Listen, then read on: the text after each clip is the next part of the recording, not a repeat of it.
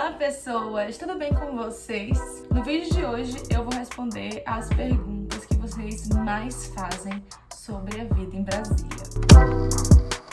Muitos de vocês chegaram no meu canal por conta do meu vídeo sobre como é morar em Brasília, que eu vou deixar aqui pra vocês poderem assistir. E aí vocês acabam me seguindo no Instagram e me perguntam por lá no direct coisas aqui sobre Brasília e eu sempre respondo com muito carinho, porque eu adoro essa troca, eu adoro poder ajudar vocês como uma pessoa que saiu de outro estado pra vir morar aqui em Brasília, então eu sei exatamente o que vocês estão passando. Mas a ideia desse vídeo aqui é justamente compilar todas essas perguntas que vocês mais fazem e deixar aqui no YouTube, né, pra que outras pessoas também consigam acessar e que até mesmo vocês possam rever quantas vezes vocês acharem necessário. E se você ainda não me conhece, muito prazer, eu sou Raíssa Valverde. Eu gravo principalmente vlogs aqui pro YouTube, eu falo muito sobre autoconhecimento, desenvolvimento e sobre a minha vida, especialmente a minha vida aqui em Brasília. Tá? A pessoa que não tem um lugar melhor na casa pra gravar além da cozinha, faz o cenário como? Com plantas. É isso que temos. Vamos lá, eu vou deixar a pergunta que vocês mais fazem pro final, então assistam esse vídeo todo, porque a dúvida que eu sei que você tem vai estar lá no final. Vamos começar. Primeiro ponto, custo de vida em Brasília, que é uma pergunta que vocês fazem bastante também. Gente, o custo de vida não é tão absurdamente alto como a maioria das pessoas pensa. Por quê? Porque, especialmente em comparação de onde eu vim, que é Salvador, Bahia, o custo de coisas básicas como mercado, gasolina, restaurantes, blá blá blá, é basicamente o mesmo, se não mais barato aqui, tá? Mercado mesmo, a minha mãe veio, minha mãe e minha avó vieram aqui, vocês até devem ter visto o vlog quando elas estavam aqui, em setembro, e elas acharam tudo muito barato no mercado. Assim, raras coisas são o mesmo preço em Salvador, né? Então, a maioria delas é muito mais barato, inclusive também já fiz vídeo no mercado aqui em Brasília mostrando os preços. Clica aqui também se você não assistiu, tá? Então eu vou deixar muitos links no vídeo de hoje, porque eu já gravei algumas coisas aqui. Como eu falei, esse vídeo é mais pra compilar todas essas dúvidas. O que mais encarece o custo de vida aqui em Brasília é, sem dúvida, o preço dos imóveis e o preço do aluguel, que é um pouco mais caro do que o que vocês podem ter como referência. Só pra dar uma ideia pra vocês, né? Quando eu me mudei, esse apartamento hoje que a gente mora, ele é nosso, né? Ele é próprio. Mas quando eu me mudei, a gente morava de aluguel. E só pra vocês terem uma referência, né? Um aluguel numa região que não é a central de Sobradinho, tá? Eu moro em Sobradinho, já falei também em alguns vídeos. Era de 2 quartos, um apartamento também espaçoso, assim, acho que eu dei sorte, sabe, gente? Que era um apartamento espaçoso, era um apartamento gostoso. 2 quartos, não tinha suíte, era só um banheiro. Uma cozinha menorzinha com área de serviço bem apertadinha, menor que essa aqui que eu tenho. Mas uma sala bem grande, em contrapartida. E eu pagava 1.200 de aluguel, mais 140 de condomínio, com água incluso. Ou seja, eu pagava 1.340 de aluguel mais água. Isso é uma média, assim, até baixa, tá? Para os valores aqui de Brasília. Óbvio que, a depender do lugar também, você vai encontrar aluguéis mais baratos, mas não vou falar sobre isso agora, porque isso vai ficar pro final do vídeo. Pontos positivos e negativos de morar aqui em Brasília. Já falei a maior parte do que eu acho no meu vídeo sobre como é morar aqui em Brasília, que foi através dele, inclusive, que muitos de vocês chegaram até a mim. Mas vamos lá, vou falar de novo sobre eles. Talvez eu esqueça coisas. Vamos começar falando das coisas boas, ok, gente? Brasília é um lugar que tem muitas oportunidades ainda a serem exploradas, especialmente se você quer empreender. É o lugar dos concursos, então se essa for a sua área, se essa for a sua seara também, tem muitas oportunidades aqui. A segurança dessa cidade, que pra mim é o ponto principal, o ponto positivo principal, é algo que eu não estava acostumada, mas assim, gente, a segurança que eu falo é de uma pessoa que veio de Salvador. Não sei se vocês sabem, mas Salvador, muitos índices de Salvador, na verdade, em relação à segurança, são piores do que os do Rio de Janeiro. Então, quando a gente pensa em uma cidade muito perigosa, a gente pensa sempre no Rio. Mas Salvador é impossível. E eu falo isso com vocês com a maior tranquilidade do mundo, e com a maior consciência tranquila do mundo, porque eu vivi naquela cidade por 24 anos da minha vida. O lugar que eu morava, né, o bairro que eu morava lá, não era um dos bairros mais perigosos que existiam na cidade, e ainda assim, a minha academia ficava a menos de 100 metros da minha casa, e eu não levava celular. porque eu tinha muito medo de ser assaltada num trajeto de 100 metros. Só pra vocês terem um parâmetro de como a segurança de Salvador é precária. Então, esse é um ponto que é extremamente positivo aqui pra mim. O fato de tudo ser amplo e você conseguir ver paisagens bonitas em vários pontos do DF é também absurdo pra mim, porque quem vem de cidade grande, né, com prédio, fica meio que impactado em ter uma área verde preservada, tão grande, tão bonita. Isso é muito, muito, muito legal. Aqui também a gente tem, né, muitas opções de restaurantes, de bares temáticos e tudo muito bem ambientado, o que pra mim é inovador. Eu sei que talvez pra quem mora em São Paulo isso não seja tanto, mas lá em Salvador é sempre o mesmo padrão de restaurante, aqueles botequinhos, às vezes você tem um restaurante mais chiquezinho, mas não tem nada muito temático, não explora muito, né, a fantasia e os temas, né, que podem ser explorados. É sempre mais na mesma pegada, né? Cidade litorânea, é vista pro mar, quando é um restaurante bonito, tem vista pro mar, tem um terraço, blá blá blá. Mas nunca exploram nenhum tema, nenhuma, sabe, identidade visual muito forte. Eu sinto falta disso lá e aqui tem pra dar e vender. Outra coisa que eu acho é que os shoppings daqui também são muito melhores do que os shoppings de Salvador. Na verdade, em Salvador tem uns 4 shoppings bons, que é o Salvador Shopping, o Iguatemi, que é o shopping da Bahia, o Paralela mais ou menos e o Bela Vista também mais ou menos. Então, assim, eu acho os shoppings daqui melhores. Mesmo os menores, eu acho os shoppings melhores. As estações em Brasília são mais bem definidas, ou seja, no inverno faz mais frio e eu adoro frio. Então, assim, isso pra mim é sensacional. Porém, aí já vamos entrar nos pontos negativos. Provavelmente eu vou esquecer alguma coisa aqui, tá, gente? Então me perdoem. Vamos entrar nos pontos negativos. No verão, aqui chove. E eu acho isso uma palhaçada. Porque, pra mim, verão é sol, é cerveja, é praia. Eu sei que aqui não tem praia, que é um ponto negativo também. Mas, essa chuva, gente, fora de hora, pelo amor de Deus, tá? Então, esse pra mim é um ponto super negativo. O fato também de não ter praia. Mas isso não tem como, né, lutar contra a geografia do lugar. As pessoas também são mais frias, são mais distantes. Pra você fazer uma amizade aqui, minha amiga, meu Deus do céu, especialmente se você for nordestino ou nordestina, que são pessoas geralmente mais calorosas, mais amigáveis, mais abre a porta das casas e todo mundo pode entrar e faz aquela amizade fácil. Aqui não é bem assim. As pessoas são mais frias, as pessoas são mais difíceis de se abrirem pra serem suas amigas e eu sofri um pouquinho com isso. Sobre locomoção. Aqui também, né, eu diria assim, que salvo raríssimos lugares, né, e vários raríssimos esquemas de transporte casa-trabalho, né, da migração diária que a gente faz para ir trabalhar para quem trabalha presencial, que não é o meu caso, você precisa ter um carro. Então, salvo raríssimas configurações aí de vida que você vai ter de logística, você vai precisar ter um carro. Porque aqui é tudo muito longe. E isso até me desanima um pouco para sair de casa. Porque eu não moro no plano piloto, não moro no centro de Brasília, então toda vez que eu penso em sair, que eu penso no rolê, porque o Vitor trabalha presencial, e aí eu tenho que deixar ele no trabalho, e talvez já ir, ficar lá pelo plano mesmo, ou ir e voltar de novo, sabe? Quando eu penso nesse rolê, eu já sinto preguiça, então isso é um ponto negativo aqui. E o transporte público, ele só atende bem mesmo, assim, tipo, nossa, transporte público maravilhoso, uma piquitita parte do DF que pra mim é tipo assim, cara, tem gente em todo lugar e o resto, né, dos lugares que não alguns específicos ficam defasados. E a verdade é essa. Bom, não vou me adentrar mais nessa pergunta aqui, porque eu já falei muito sobre pontos positivos e negativos. Também tem esse vídeo meu que eu falei mais, e talvez, com certeza, eu esqueci coisas aqui.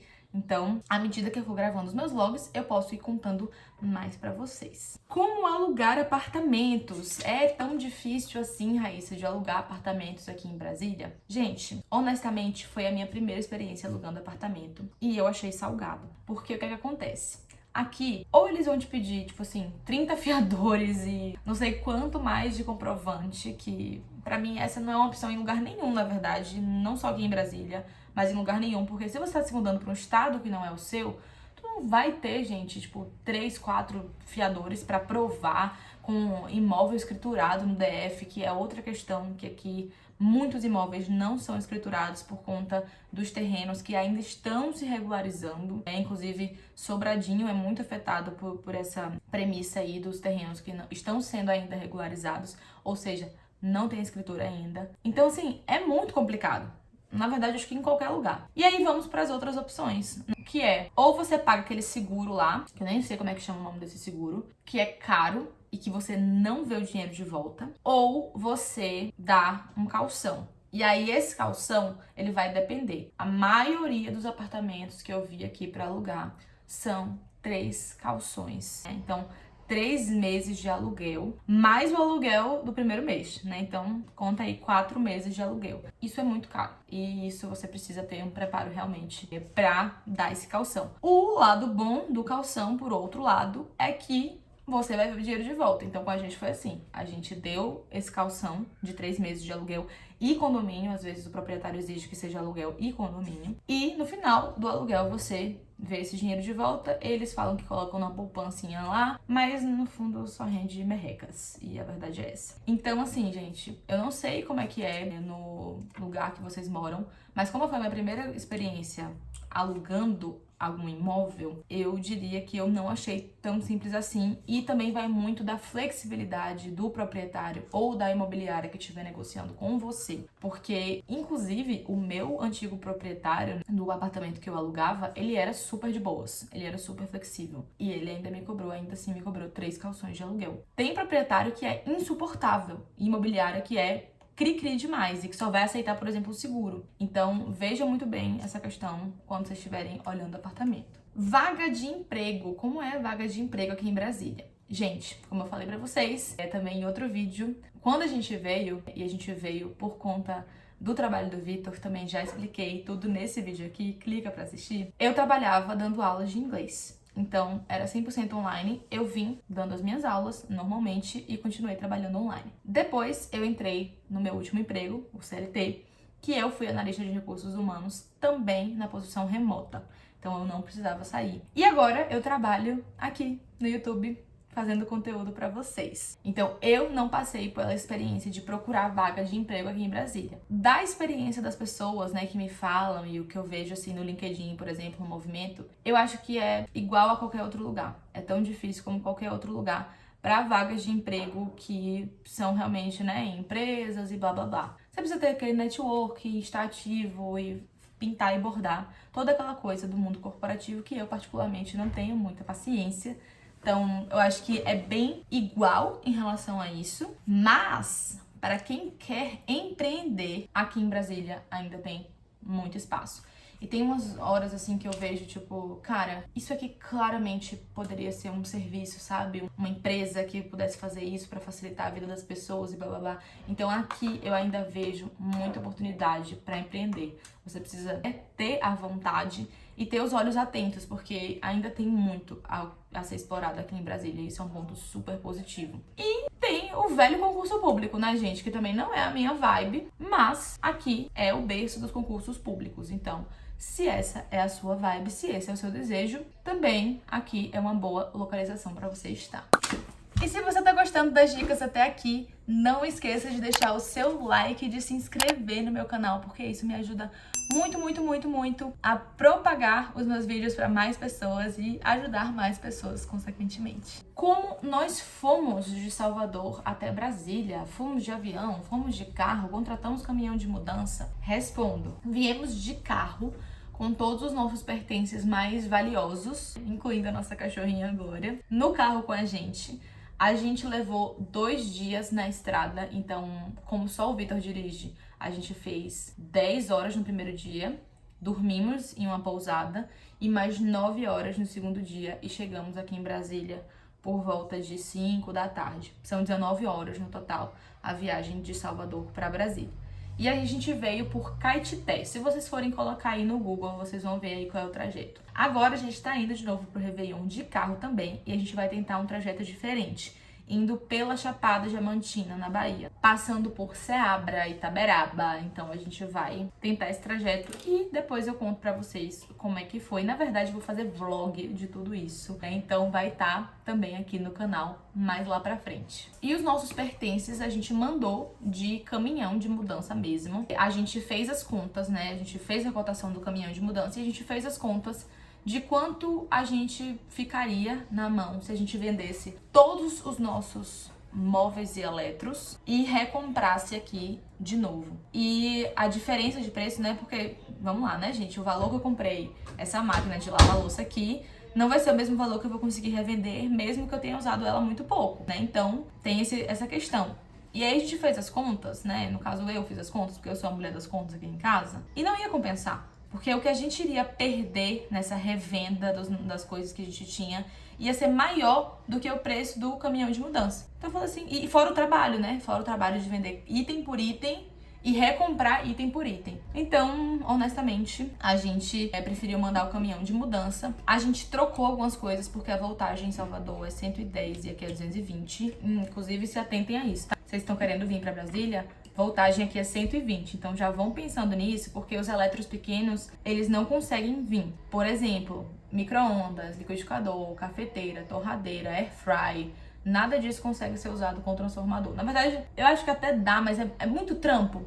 É melhor você vender e comprar outro aqui, porque são coisas pequenas e mais baratas. Mas, por exemplo, a minha geladeira, que era novíssima, e eu amo o modelo da minha geladeira, assim, acho que eu vou carregar ela comigo até o fim dos tempos, porque... Gente, eu amo a minha geladeira. Ela é 110 e eu trouxe ela e eu uso ela hoje com o transformador. Não acho que aumenta tanto a minha conta assim. Na verdade, eu acho que é bem ok, sabe, na conta. A minha conta é bem parecida com a conta dos meus vizinhos. A diferença é que agora eu coloquei um ar-condicionado aqui e eu sou a única pessoa do prédio que tem ar-condicionado em casa. Então minha conta tá bem alta. Mas a gente, né, pensa no conforto, como eu falei no vlog anterior. Pensa no conforto e segue a vida. Então assim, eletros grandes... Trouxemos cama, sofá, cadeira gamer, mesa, cadeiras, várias coisas, tá? Então, super ok. Raíssa, o que é que tem pra fazer aqui em Brasília? Gente, aqui tem várias programações naturais. Confesso que eu ainda não explorei todas e esse é um objetivo que eu tenho até pra mostrar pra vocês, né? E pra eu viver essas experiências, porque eu tô muito numa fase da minha vida que eu tô com muito medo de não viver as experiências que eu quero viver e me arrepender quando eu estiver mais velha. Porque a única coisa que a gente nunca vai ter de volta é o tempo e viver as coisas no tempo certo. Então eu ando bem preocupada com isso, né, na minha vida. Inclusive, um dos motivos pelos quais eu pedi demissão, pelos quais eu tô trabalhando aqui no YouTube é esse, porque sempre foi um desejo meu. Eu tô aqui desde quando eu tinha 16 anos, entre muitas pausas e retornos, né, mas eu estou no YouTube produzindo conteúdo desde quando eu tinha 16 anos. Eu tenho 26 hoje, tá? Só pra quem não sabe. Então, eu tenho procurado mais saber quais as atrações que a gente pode fazer por aqui. Mas, em suma, gente, tem muita atração natural. Então, tem a água mineral, tem algumas cachoeiras aqui aos arredores, né? Tem a Chapada dos Veadeiros, que eu nunca fui convite e a gente tem muita vontade de ir também. Que mais? Tem Pirenópolis, que já é um lugar mais, né, popularzinho, assim. E eu acho, particularmente, as pousadas bem caras, então... A gente também nunca foi. Mas tem muita atração natural ao ar livre. Os parques aqui são bem legais. Até parquezinhos menores, assim, né? Mais de bairro.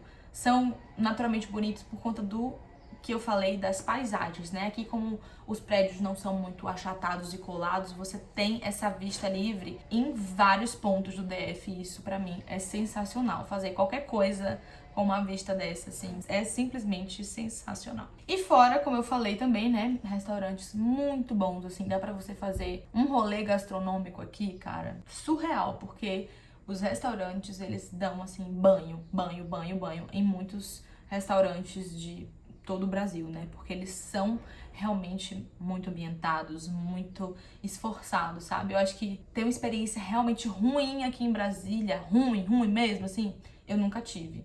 Já tive experiências, né, meio mais ou menos, mas ruim nunca tive. Então, também é um ponto muito legal. Coisa que eu, honestamente, não conseguia fazer em Salvador, tá? E, finalmente, a nossa última pergunta. Raíssa, onde que eu moro? Quais são os melhores lugares para morar no DF? Nossa, gente, se eu recebesse R$1 a cada vez que alguém me perguntasse isso, gente, eu estaria com uns dinheirinhos já, viu? Mas vamos lá, gente. A resposta talvez não seja a resposta que vocês queiram ouvir, mas depende. Por que que depende, Rai?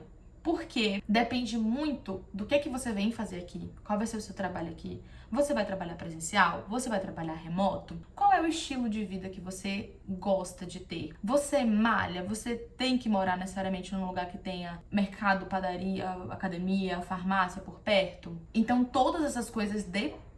Brasília tem muitas regiões administrativas que são as famosas cidades satélites. Então, tudo vai depender de como vai funcionar a logística do seu dia a dia. Como eu falei, a gente mora em Sobradinho. Por quê? Porque a minha cunhada já morava aqui, a gente queria ficar perto dela, a gente queria ter o apoio dela.